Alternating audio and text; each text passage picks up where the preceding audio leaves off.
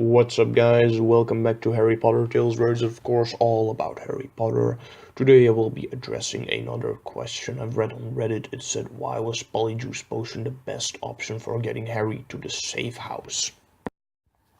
Now let's look at the facts first. We know Voldemort was already in charge of the Ministry of Magic. The Ministry knows when someone travels with a detectable transporter, like a portkey or flu powder.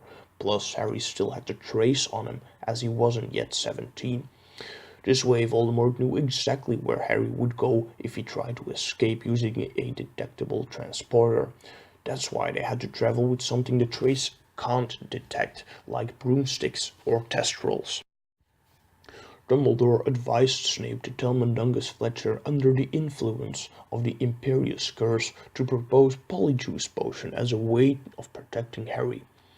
6 members of the Orders would take Polyjuice potion to transform themselves into Harry. With 7 Potters, 6 of which were decoys, Snape and Dumbledore were fairly certain the real Harry Potter would be safe.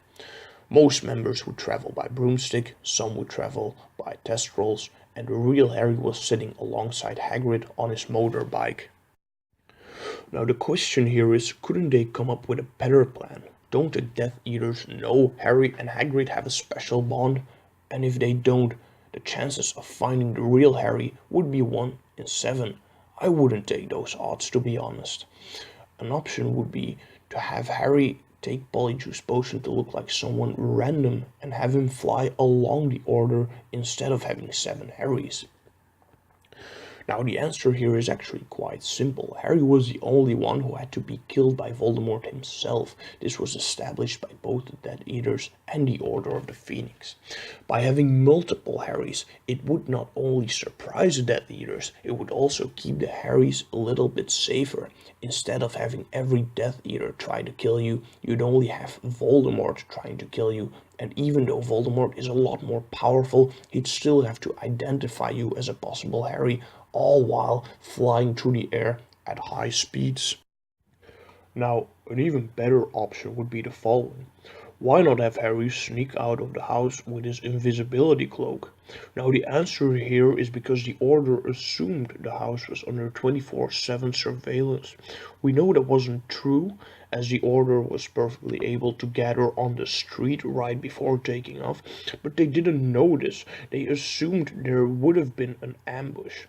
Now Snape also knew the Order would take non-detectable transportation means, which of course is why the ambush took place in the air. Now, I know there are a lot of plot holes in the Harry Potter series, and without the plot holes there wouldn't be a story if Harry simply would have snuck out of the door with his invisibility cloak when the Dursleys were leaving the house and he had walked all the way towards the safe house. It wouldn't be as exciting as a wizarding battle hundreds of meters up in the air. Now, if Harry simply would have apparated to the safe house, the Death Eaters would have known in which safe house Harry would hide himself. This once again wouldn't be a cool and interesting story, as the boundaries around each safe house would be more than sufficient to keep them out.